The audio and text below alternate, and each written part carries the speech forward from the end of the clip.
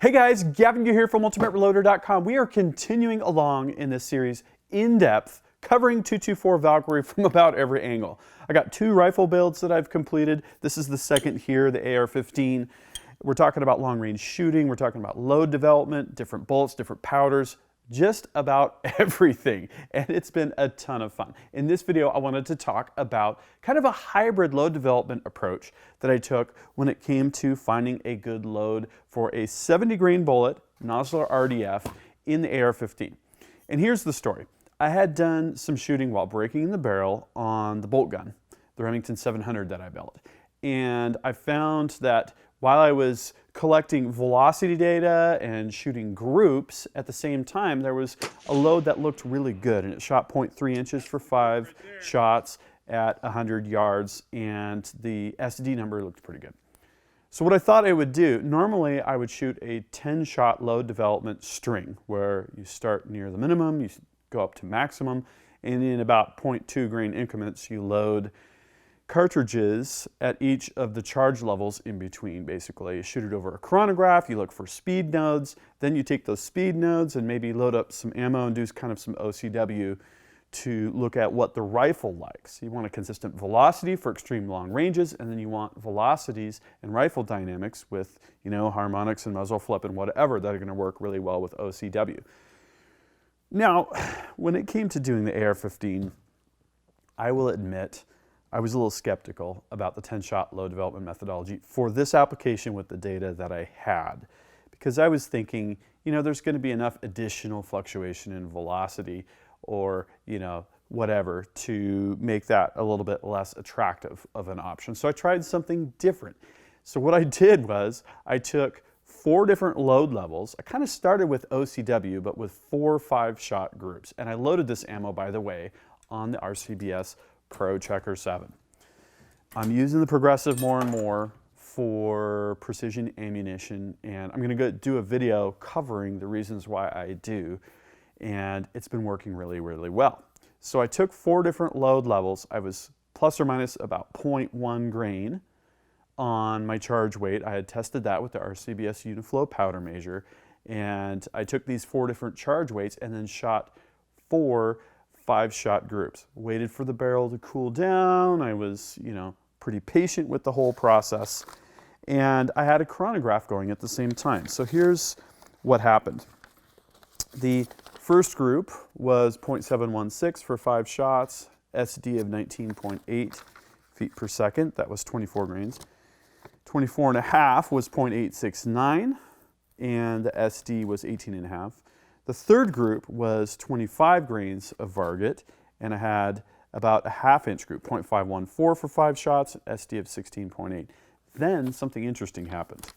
This is the load that shot really well on the bolt gun. We're talking about 0.9595 inches, so a little over a ½ inch. But for 5 shots, the standard deviation for velocity was 7.0 feet per second. So here I thought to myself, well, this load shoots really well in the bolt gun. I know that because it'll shoot 0.3 for 5 shots. And this shot, you know, 0.514 versus 0.595. Well, I had 3 almost, you know, coincident shots here. In other words, they were clover-leafed and almost going through the same hole. So the other 2 looked, yeah, they're off in the windage direction. Maybe that was some of that wobbliness that I was working through in my shooting technique. So I loaded up some more of that ammunition with the 25.5 grains of Varget and was able to shoot a ½ inch group with that specific load. And that's my goal with this AR-15, is to hold a ½ of an inch.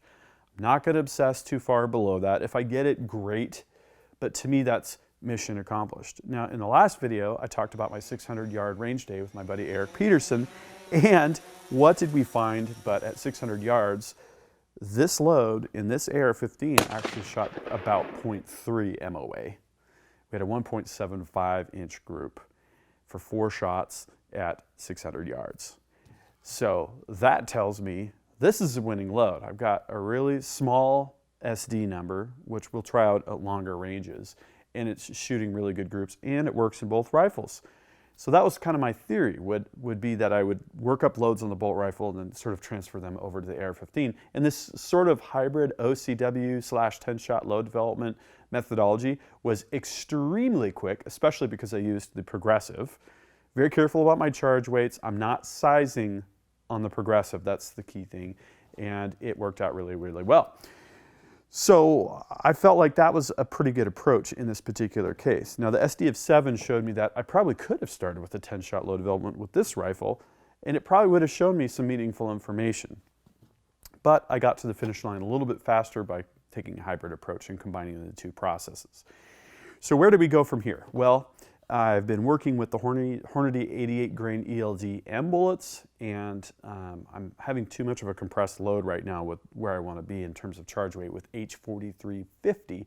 So I'm going to be looking at different powders, working through that 88 ELD M load, because as we go to 1,000 and 1,200 and beyond that in terms of yardage range, we're going to need that higher BC bullet with more mass. That's really what the Valkyrie is about.